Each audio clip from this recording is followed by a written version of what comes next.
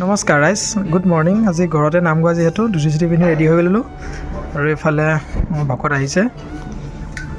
এয়া বাচন মাতি ওলাই আছোঁ। এইফালে পাচলিও কাটি আছে যিহেতু ভোজ ভাত হ'ব। এইফালে আহিছে আৰু এইফালে জুই জ্বলি গ'ল। এইফালে মামা এয়া পাচলি কাটি আছে মামাহঁতে। এইফালে দালি বহাবলৈ কাৰণে বিলাহী ভাজি আছে আৰু এইফালে প্ৰসাদৰ কাৰণে যা যোগাৰ কৰি আছে। আটা মাৰি আছে যিহেতু চাহ আৰু ৰুটি দি লোৱা হ'ব, পুৰি চব্জিও কাটি আছে। এইফালে প্ৰসাদৰ যোগাৰ কৰি আছে ভকতে। চাউল সিজোৱা হৈ গ'ল, ৰুটি বনাই আছে, ৰুটি চাহ দিব। এইফালে ভাজিও বহাই আছে, দালি হৈ গ'ল। এইফালে পুঠি পঢ়ি আছে, বেলিয়ে আছে। মানুহ আহিছে লাহে লাহে,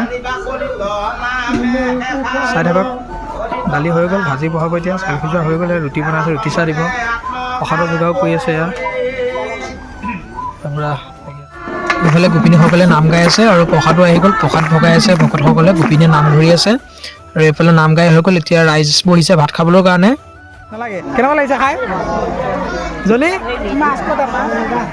তই নাম গ'লে সেই মাছ বিচাৰিছ?